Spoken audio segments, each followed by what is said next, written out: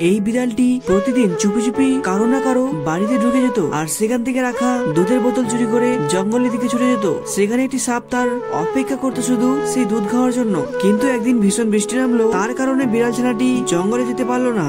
কিছুক্ষণের পর সন্ধ্যা হয়ে গেল, খালি হাতে সে বাড়িতে ফিরে এলো। এইটা থেকে সাপ ভীষণ রেগে গেল, সে বিড়াল ছানাটিকে অনেক মারলো এবং কিছু না বলেই সেখান থেকে চলে গেল। বিড়াল ছানাটি কাঁদতে কাঁদতে কবরস্থানে পৌঁছালো। মায়ের কবরের পাশে বসে অনেক জোরে জোরে কাঁদতে লাগলো। তার কান্নার আওয়াজ শুনে ভূতেরা ঘুম থেকে জেগে উঠলো। তারা এসে জিজ্ঞাসা করলো এত কাঁদছে কেন। বিড়াল ছানাটি সব কথা বলে দিল। সব ভূত প্রচন্ড রেগে গেল আর সেই বিড়াল ছানাটিকে নিয়ে সাপের কাছে গিয়ে হাজির হলো। এইটা থেকে সাপ ভয় পেয়ে গেল, সে ক্ষমা চাইলো। কিন্তু বিড়াল ছানাটি বললো ক্ষমা চাই না, এখন তুই চুরি কর আর দুধ নিয়ে আয়, যেমনটা তুই আমাকে দিয়ে করাতিস। সাপ জঙ্গল ছেড়ে গ্রামে গেল, একটি বাড়িতে ঢোকার চেষ্টা করলো, কিন্তু তখনই লোকেদের নজরে পড়ে গেল। মুহূর্তে লাঠির আঘাতে সাপ মাটিতে মারা গেল। তাকে একটি ঝোপে ফেলে দিয়ে আসলো। সাপকে সেখান থেকে কয়েকজন ভূত নিজের বাড়িতে নিয়ে এলো আর তাকে রান্না করে আনন্দে খেয়ে ফেললো। ভিডিওটিতে অবশ্যই একটা লাইক আর চ্যানেলটি সাবস্ক্রাইব করবে।